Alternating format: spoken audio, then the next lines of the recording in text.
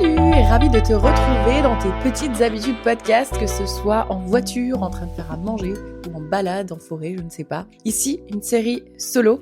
Bon, je crois qu'on en est au 8e épisode peut-être. Désolée pour les fidèles auditrices et auditeurs si je me répète, mais si tu es nouvelle ou nouveau par ici et que tu découvres cette série, sache que je partage avec vous et en toute transparence mes aventures à travers le globe en enregistrant des petits vocaux. Tout simplement avec mon téléphone par-ci par-là, quand je sens le besoin de partager quelque chose. Et donc là, je suis revenue en France pour suivre une formation où je vais vous emmener dans les coulisses de cette formation. Et au moment où cet épisode sera mis en ligne, je serai à quelques jours du départ pour ma nouvelle aventure. Si tu ne sais pas de quoi je parle, vraiment, je t'invite à aller écouter les épisodes précédents parce que ça risque sinon de pas avoir trop de sens ce que je vais raconter dans cet épisode-là. Je te mettrai bien évidemment le lien vers ces épisodes dans la description de cet épisode-là que tu viens de lancer. Donc vraiment, si tu nous découvres, mets pause et va écouter un des épisodes précédents, sinon ça n'aura vraiment pas de sens. Et pour toutes celles et ceux qui suivent mes aventures au fil des mois, merci, vraiment un grand merci, ça me motive à chaque fois, tous vos petits commentaires, vos messages privés sur Instagram, ça me motive à continuer et j'ai hâte de vous retrouver pour cet épisode et pour les prochains qui sortiront. Allez, je vous laisse avec mes petits vocaux, à tout de suite.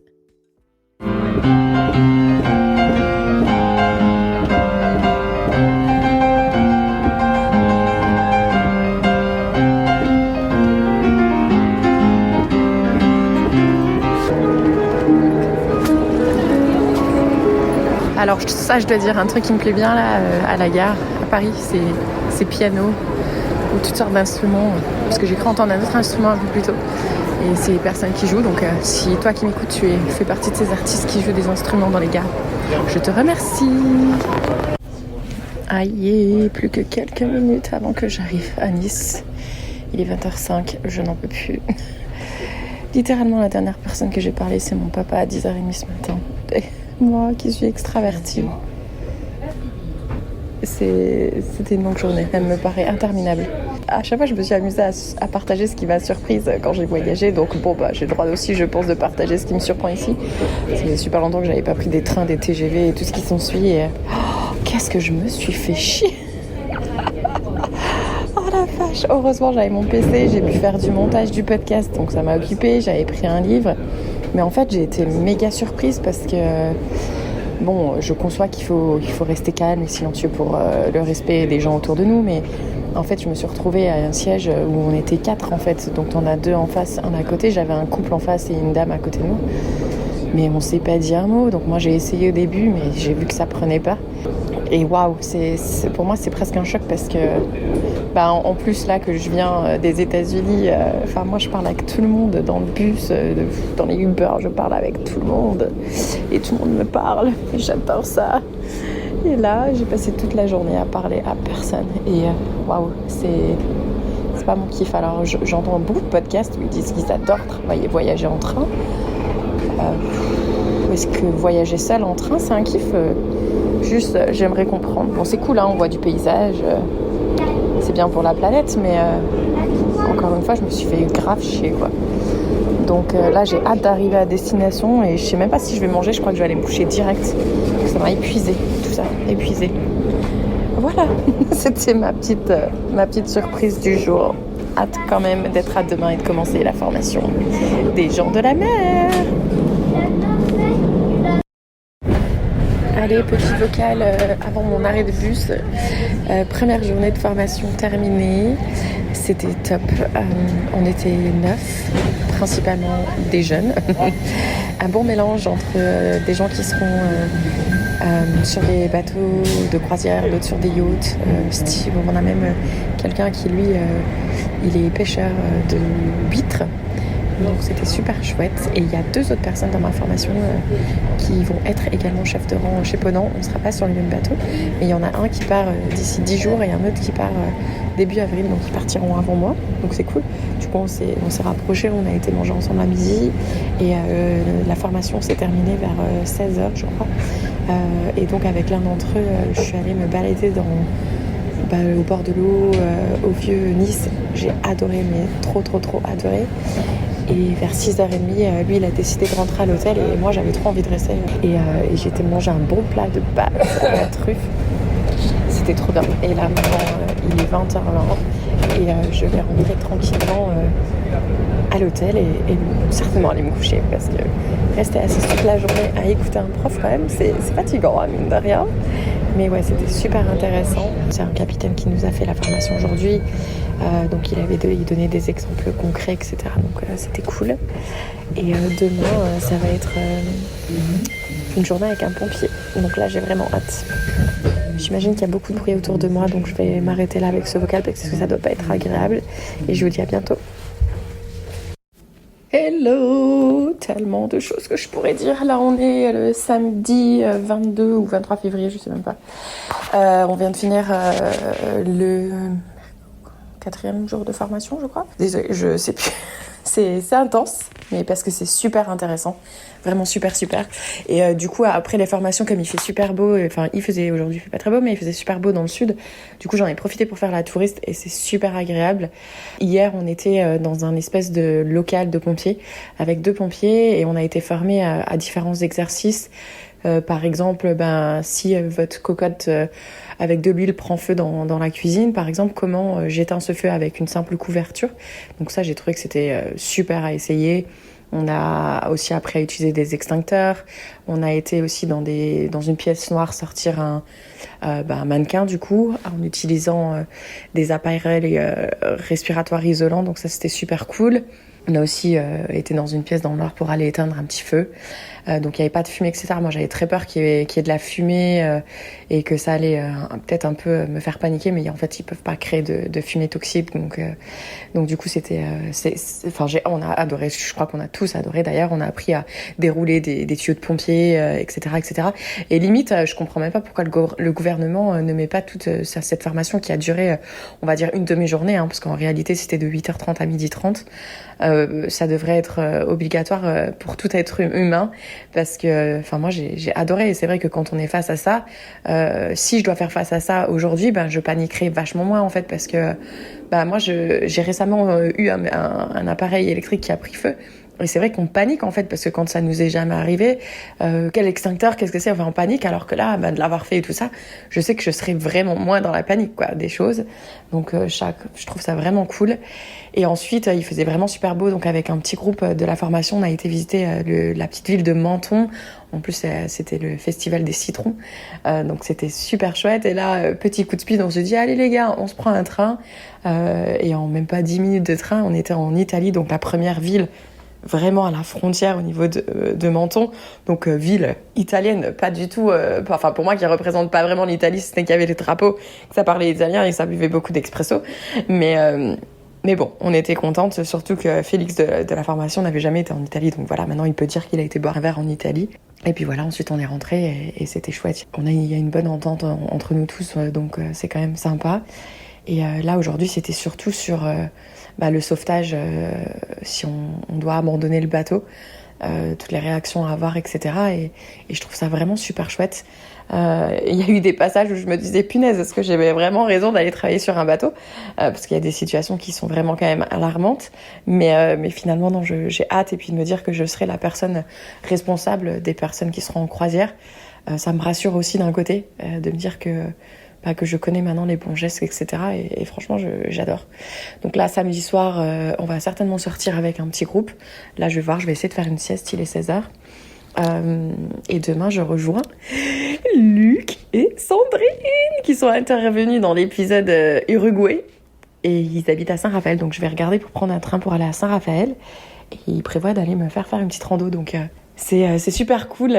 On m'a demandé comment ça fait de visiter son propre pays. Alors je tiens quand même à préciser qu'à chaque fois que je rentre en France, j'essaye de visiter quelque chose, parce que justement j'avais cette frustration de découvrir le monde, mais que je connais pas mon propre pays. Et là c'est vrai que je découvre un petit peu plus le sud, donc mes parents m'avaient emmenée quand j'étais jeune, donc je pouvais dire que j'étais déjà allée, mais c'est vrai que c'était pas du tout les mêmes souvenirs qu'aujourd'hui. Et ça fait plaisir de découvrir ces coins de la France, le sud. Vraiment, je savais que j'adorais le sud et je fais que confirmer ça. Donc c'est chouette. En plus, du coup, comme on a toute la nourriture qui est payée, du coup, je me fais plaisir, quoi. Alors là, je pense que j'ai déjà pris 3 kilos cette semaine. Mais du coup, je me fais bien plaisir au niveau des plats, des bons petits plats français. Donc ça c'est chouette. Vraiment trop contente. Vraiment je suis trop contente. Voilà, c'est le mot de la fin. Je vous fais des bisous. À bientôt. Presque fini, il reste plus que demain. Moi je kiffe. Vraiment là déjà que j'ai hâte d'arriver sur le bateau, mais alors là j'ai encore plus hâte. Je pensais que faire une transatlantique c'est quelque chose qui m'a jamais vraiment attirée parce que j'avais énormément de peur par rapport à ça. Mais là, avec toutes les connaissances qu'on a acquises, j'ai trop envie de faire une transatlantique. Donc, papa, maman, désolée, mais pour mes 40 ans, l'année de mes 40 ans, ce qui est l'année prochaine, il y a peut-être moyen que ce soit un de mes objectifs de vie maintenant. Parce que, maintenant j'ai trop envie. C'est fou Je faisais la réflexion tout à l'heure à mes collègues parce qu'il y en a pas mal qui sont du Sud et qui ont plein d'histoires qui sont liées à la mer. Et en fait, je me dis, c'est fou... quand je compare eux comme ils ont grandi dans le sud et moi dans le nord, on n'a pas du tout les mêmes expériences de vie et du coup on n'a pas du tout les mêmes histoires ou les mêmes envies parce que c'est des choses qu'on ne connaît pas auxquelles on n'a jamais été affronté. Enfin bref. Des petites choses que je voulais dire par rapport au jour précédent. Donc hier on a fait tout ce qui est premier secours. Donc moi la dernière fois que j'avais fait ça c'était il y a 20 ans. Donc comment dire qu'aujourd'hui si je devais mettre quelqu'un en position latérale de sécurité, je serais incapable. Quelqu'un qui s'étouffe, je serais incapable de réagir, je serais dans la panique. Alors que je me dis je suis quand même serveuse. Quelqu'un qui s'étouffe avec un morceau de viande, ça peut clairement m'arriver. Et en fait je voulais juste partager ce petit tips avec vous. C'est que parce qu'on entend souvent lever la main droite ou taper dans le dos. Et là, ce qu'on nous a appris, j'ai envie de vous le partager parce que je pense que c'est une connaissance qu'on devrait tous avoir. Alors, tous ces trucs de taper dans le dos et lever la main, c'est faux en fait. Il faut absolument rien faire. Quelqu'un qui tousse, quand il a avalé de travers, s'il tousse, ça veut dire qu'il a encore la capacité de respirer. Si on lui tape dans le dos, on risque de déplacer ce qui lui coince et donc du coup ça peut, quand ça se déplace en frappant, là on peut complètement lui boucher la voie respiratoire. Donc du coup il faut surtout rien faire, c'est plutôt calmer la personne et lui dire de continuer de tousser en fait, et en espérant que elle, quand elle va le tousser, ce morceau va sortir en fait, parce que ce qu'on nous expliquait bien évidemment c'est qu'il y a 2 trous et ça s'appelle attends, comment il nous a dit ça, j'ai déjà oublié le nom, ça craint, mais une fausse voie. En fait, il y a comme s'il y avait 2 branches et là, au lieu d'aller dans la branche qui va dans l'estomac, ça a été dans la branche des poumons et donc c'est ça qui fait que ça nous empêche de respirer.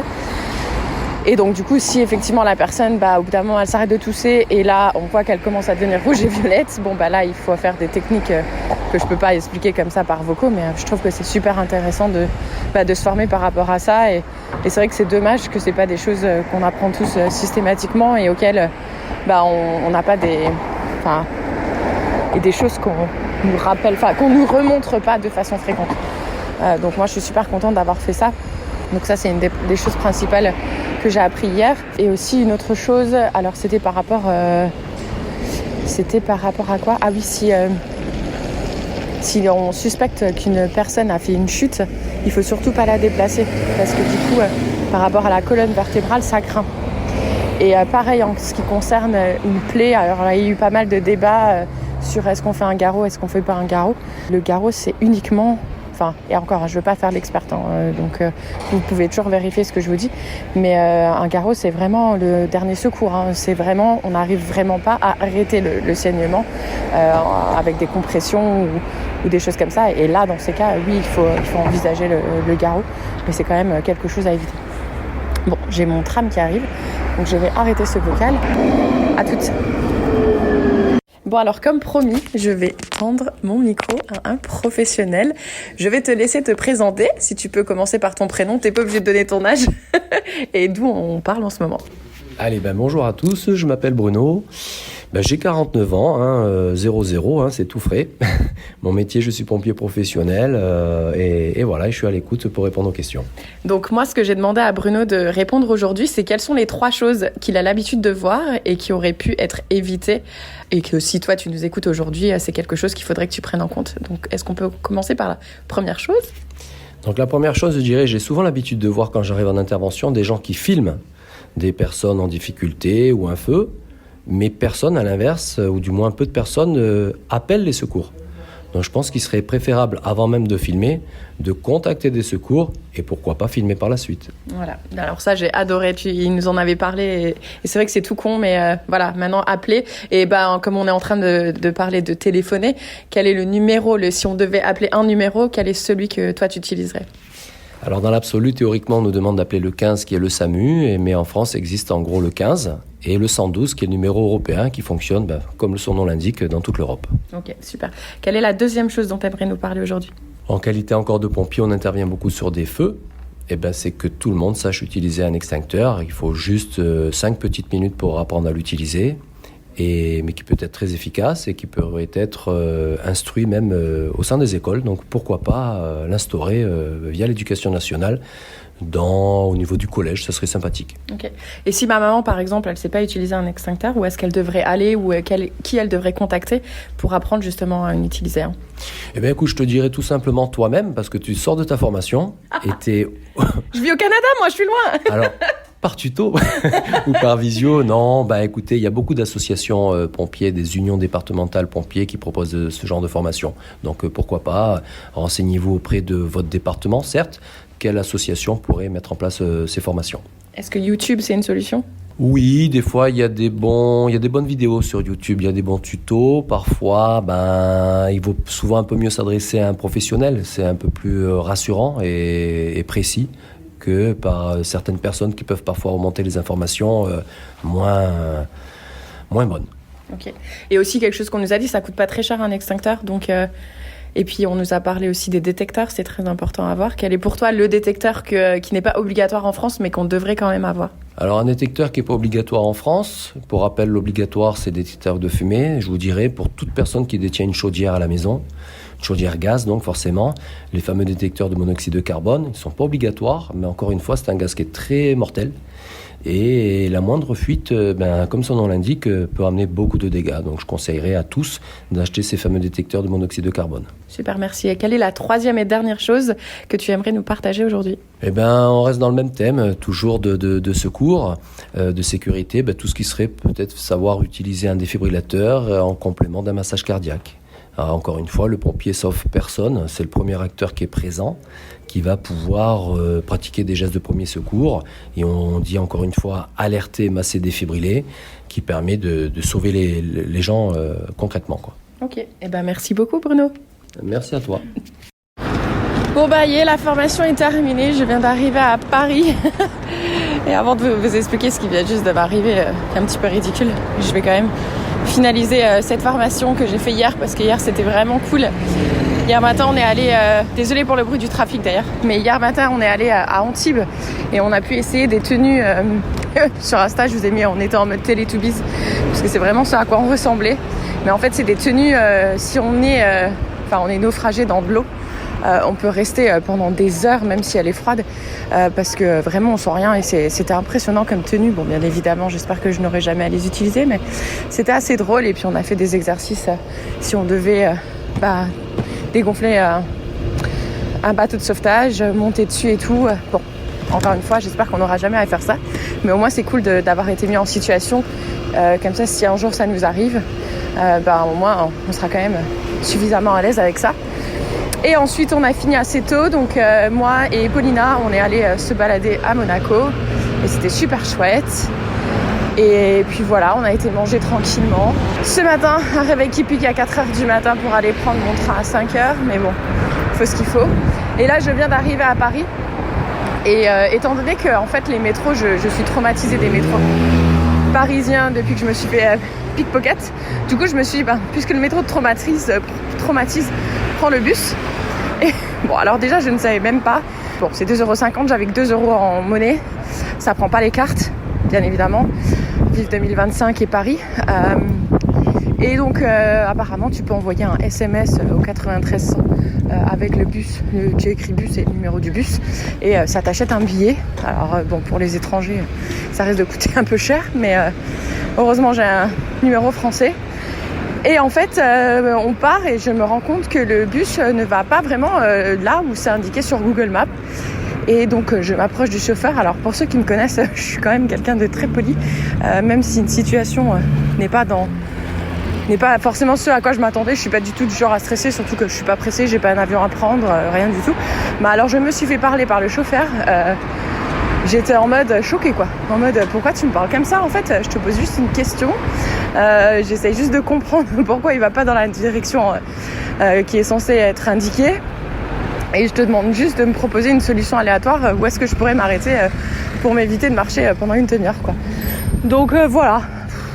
C'est chiant parce que même quand je fais l'effort d'essayer d'apprécier une ville, je me fais accueillir comme ça. Donc bon, j'espère que les prochains jours ici vont quand même être sous le signe un petit peu plus joyeux. Je vais voir pas mal de personnes que j'ai hâte de voir, dont une personne que j'admire mais tellement. C'est d'ailleurs le premier que je dois voir le voir ce soir. Voilà, je vous dis à très vite. Petit vocal, c'est mon dernier jour à Paris. Et je suis en train... Oh waouh, je viens de voir un oiseau incroyable. Mais on dirait des petites perruches vertes, elles sont trop belles. Je suis dans le jardin des plantes. Merci à Florence qui m'a recommandé d'aller y faire un petit tour. Et je me suis dit que j'allais en profiter pour faire un petit résumé de ces quelques jours à Paris qui se passent super bien. J'ai mon stress du métro qui est en train de passer. Je trouve que Paris a un peu changé par rapport à la dernière fois que je suis venue. On va dire que il faut que je prenne ces oiseaux en photo. Je reviens. Me revoilà. En fait, ouais, donc tout se passe bien. J'ai moins peur dans le métro et puis je fais des rencontres incroyables. Ma soirée avec Nico était juste exceptionnelle. J'ai l'impression qu'avec lui, je peux vraiment être moi-même et j'ai l'impression qu'il est lui-même aussi. Et ça fait du bien, en fait, d'être soi-même, quoi. Bon, pas à dire que je suis fausse la plupart du temps, mais avec lui, j'ai l'impression que je peux dire des choses que j'oserais peut-être pas dire à d'autres personnes. Donc ça fait toujours plaisir d'avoir ce genre de personnes autour de soi. Et ensuite le lendemain, donc j'ai rencontré Alexandre, qui est un podcasteur, qui a le podcast Principes fondamentaux, avec qui j'échange depuis, je dirais, 2021-2022. Ça fait des années qu'on échange ensemble, c'est très orienté podcast, comme vous pouvez vous en douter. Mais ouais, trop contente. On a pas mal marché, on a été manger ensemble, c'était super chouette. Et ensuite, le soir, j'ai rencontré Margarita, parce que je sais que tu vas écouter cet épisode. C'était génial. Une nana pleine d'énergie qui a plein d'histoires, mais super intéressantes. Vraiment, elle est pas née en France. Et bref, je vous en dis pas plus parce que je vais lui tendre le micro parce que vraiment, elle a trop de choses à raconter qui méritent d'être entendues. Donc voilà, je vais lui laisser la place dans le podcast. Et aussi là, donc on est samedi, et là j'ai vu Florence qui est une ancienne invitée du podcast et une auditrice fidèle. Et pareil, ça fait plaisir parce que elle, ça fait pareil des années qu'on échange ensemble sur Instagram. Et là, de pouvoir créer des liens face à face avec des personnes avec qui on échange depuis tellement longtemps, mais ça fait tellement du bien. Et puis là, du coup, je me balade dans le jardin et je vais aller tout doucement récupérer les micros parce qu'il y a une autre personne que je vais interroger. Donc Alexandre m'a prêté ses micros-cravates et donc je vais faire une interview à 18h et ensuite soirée avec d'autres podcasteurs où on va parler podcast bien évidemment. Ouais, on est accro dans ce monde-là, c'est vraiment quelque chose et il y a beaucoup de choses à dire. Et voilà, d'ailleurs ça me fait penser que je vais vous rappeler, parce que j'en parlais hier avec Margarita qui me disait je suis désolée de jamais laisser de commentaires, je sais pas, vraiment c'est pas compliqué si vous êtes sur Spotify ou si vous n'êtes pas, mettez-vous dessus, c'est gratuit et c'est vraiment pas compliqué.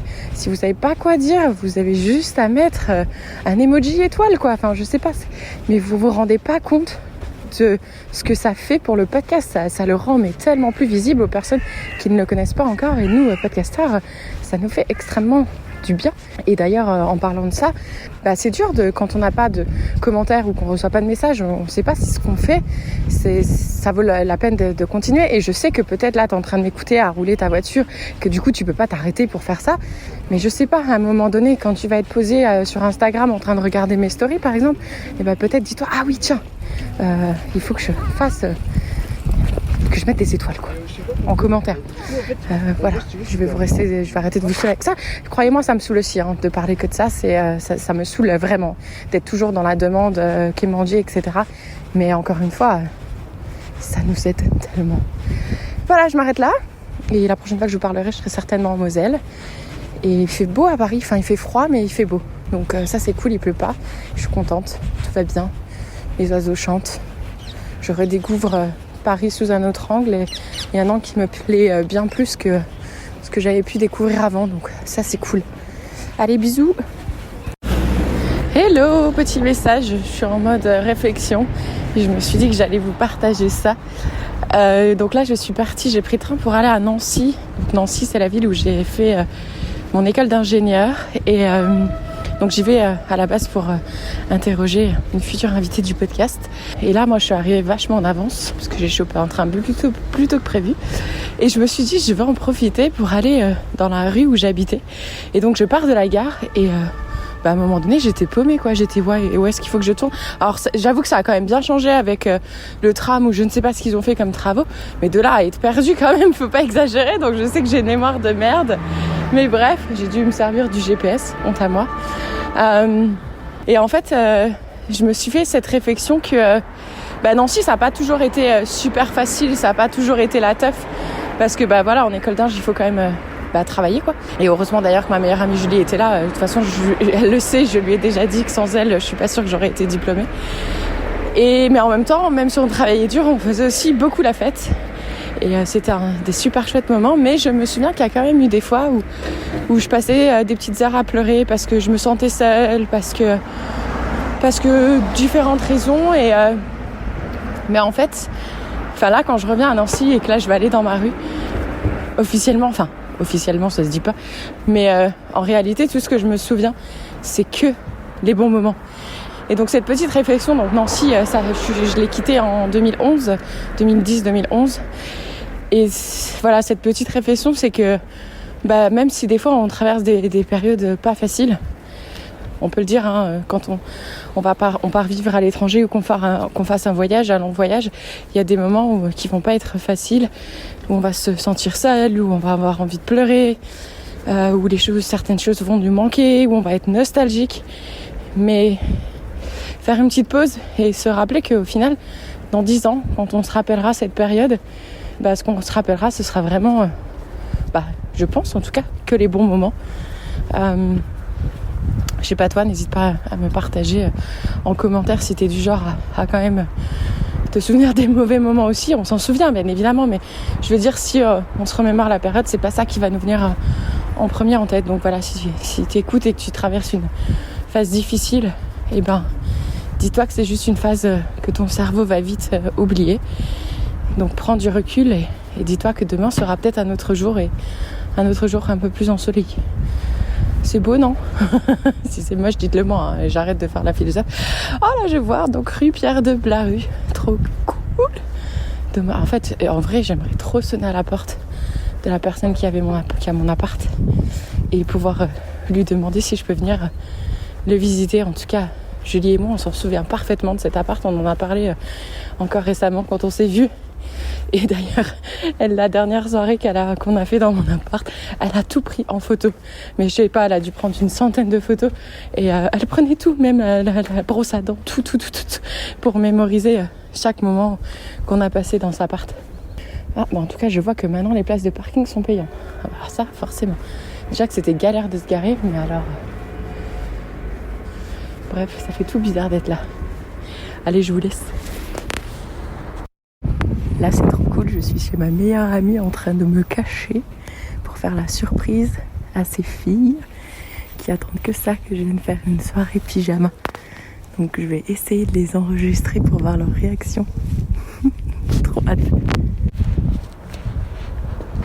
Et en même temps, j'ai trop peur de leur faire peur. Donc, je pense que je vais pas rester trop cachée. J'ai pas envie qu'elles aient peur. Je vais quand même pas les traumatiser déjà qu'elles me voient pas souvent. Alors, ça veut pas rentrer de l'école ou quoi? Coucou. Ça va? Ça va et toi? Oui, ça va.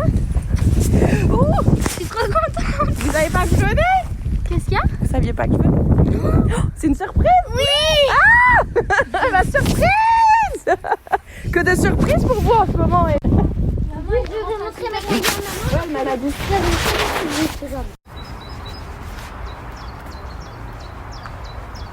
Bon, normalement, vous entendez le bruit d'une autoroute, mais aussi des oiseaux qui chantent.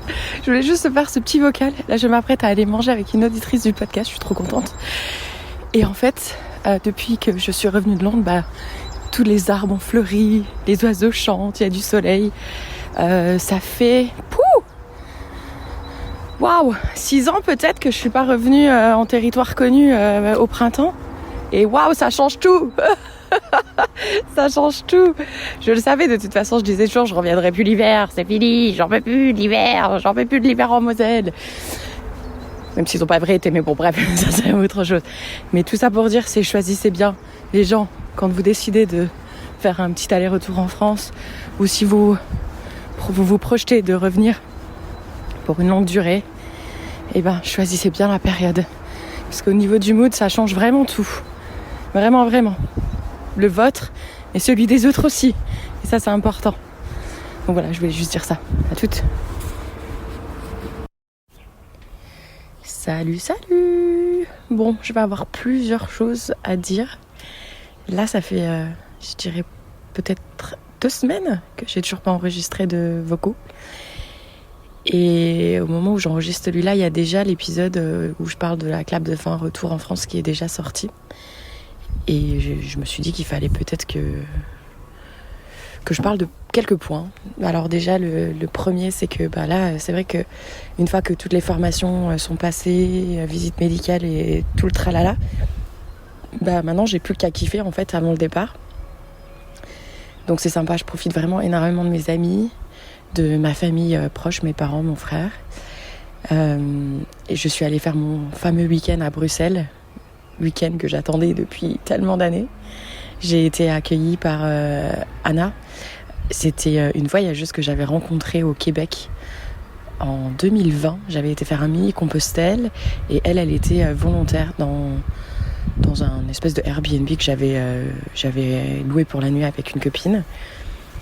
Et donc elle nous a accueillis chez elle, moi et mon amie Elodie. On a vraiment passé, elle nous a accueillis mais comme des princesses. Elle nous a fait super bien manger, elle nous a fait visiter la ville. C'était trop bien de pouvoir juste suivre quelqu'un et de l'écouter. On avait notre petit tour guide privé, c'était génial. Et ensuite, la semaine, donc je bosse quand même pas mal sur le podcast pour prendre beaucoup d'avance. Et j'ai une chance incroyable, c'est que les filles, elles arrivent à suivre le rythme un peu intense.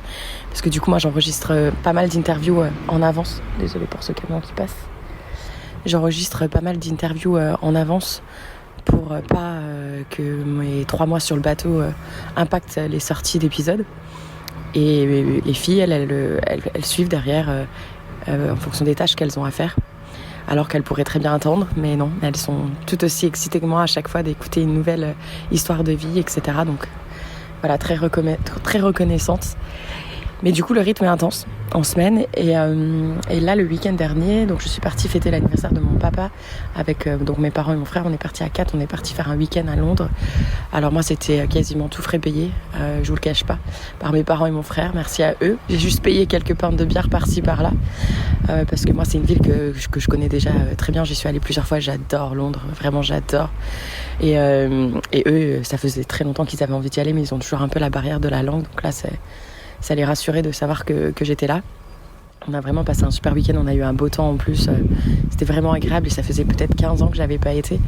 La grosse différence, les 2 grosses différences notables que j'ai observées, donc on m'avait prévenu, c'est très très cher. Vraiment très très cher. Et la deuxième, c'est aussi que maintenant c'est devenu une ville où ils ont mis un programme en place pour essayer de diminuer la pollution. Et il y a énormément de voitures électriques. Donc j'ai trouvé que c'est pour une grande ville telle que Londres, qui est vraiment immense. Et je ne l'ai pas trouvée très bruyante en fait, parce que du coup ces voitures électriques ne sont pas très bruyantes. Et j'ai trouvé que c'était agréable, même s'il y a quand même souvent des avions qui passent. Mais voilà. Et puis par contre, il y avait énormément de monde. Je me souviens, il y a 15 ans, quand j'y suis allée avec des amis, on avait pu faire la relève de la garde devant Buckingham Palace. Là, on a essayé, c'était quasiment impossible, tellement il y avait de monde. C'était horrible. Je déteste quand il y a du monde. Bref, donc voilà. Et là, dans moins d'une semaine, je pars en Espagne. Donc je rejoins une copine à Barcelone. On ne va pas y rester, on y passe juste. Et on a loué une chambre à Valence. J'ai très hâte de découvrir la ville de Valence, parce que j'en ai tellement entendu parler à travers Tiffany ou d'autres amis. Et on va essayer, moi en tout cas, elle revient d'un backpack de plusieurs mois en Asie. Donc elle est de retour en Europe, mais moi ça annonce un peu mon prochain départ. Et j'ai hâte de pouvoir profiter du soleil, de me poser un peu, on va aller faire des randos, etc. Ça va être chouette. Et ça va déjà me mettre un premier pied dans la nouvelle aventure. Et là, je commence du coup, là hier soir j'ai fait la dernière soirée avec ma meilleure amie et je trouve que plus les choses avancent, on se rend compte que voilà, c'est les derniers moments passés avec tout le monde. Et la réalité la réalité de cette nouvelle aventure commence à prendre de plus en plus place. Parce que jusqu'à maintenant, voilà, c'était fun, mais j'avais pas non plus des responsabilités de travail. Et là, c'est vrai que de prendre des responsabilités, ça me crée une anxiété. Là, par exemple, ce matin, je me suis réveillée à 7h du matin, pris par une crise de panique, en fait.